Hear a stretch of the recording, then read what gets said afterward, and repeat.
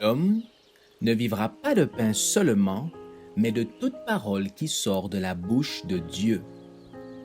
Voici votre moment de méditation quotidienne.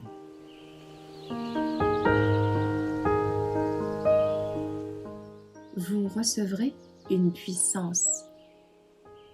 Le mois crucifié, le 12 février. Je suis crucifié avec Christ, et ce n'est plus moi qui vis, c'est Christ qui vit en moi. Ma vie présente dans la chair, je la vis dans la foi au Fils de Dieu, qui m'a aimé et qui s'est livré lui-même pour moi. Galates 2, verset 20. Nous sommes invités à réfléchir avec candeur et sérieux à la question. Nous sommes-nous humiliés nous-mêmes devant Dieu pour que le Saint-Esprit puisse œuvrer en nous par sa puissance transformatrice? En tant qu'enfants de Dieu, nous avons le privilège d'être travaillés par son Saint-Esprit. Quand le moi est crucifié, le Saint-Esprit se saisit des cœurs brisés et en tire des vases d'honneur. Ils sont dans ses mains comme de l'argile dans les mains du potier. Jésus-Christ élèvera ces hommes et ces femmes à un niveau supérieur dans leur vie mentale, physique et sur le plan de la puissance morale.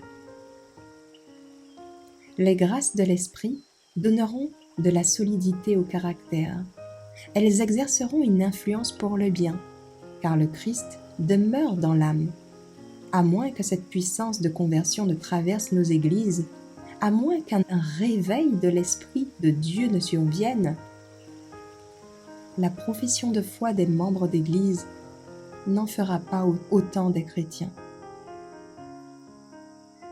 Il se trouve en Sion des pécheurs qui ont besoin de se repentir des péchés qu'ils ont chéris comme de précieux trésors.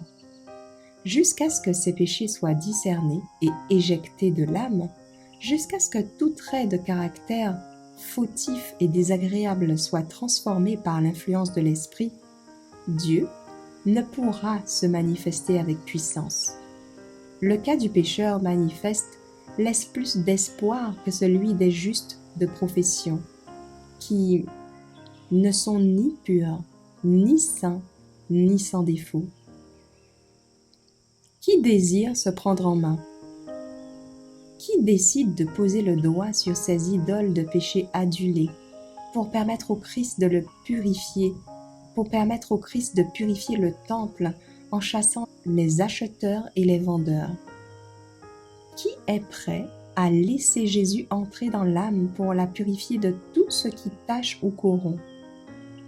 L'objectif est « Soyez donc parfaits, comme votre Père céleste est parfait ». Matthieu 5, verset 48.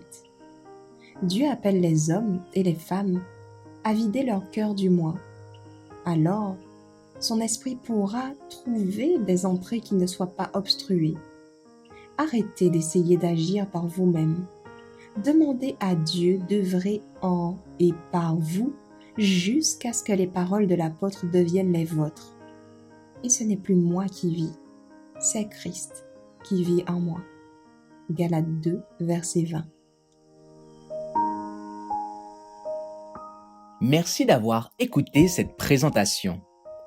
Assurez-vous de nous rejoindre demain pour votre moment de méditation quotidienne avec lereste.org.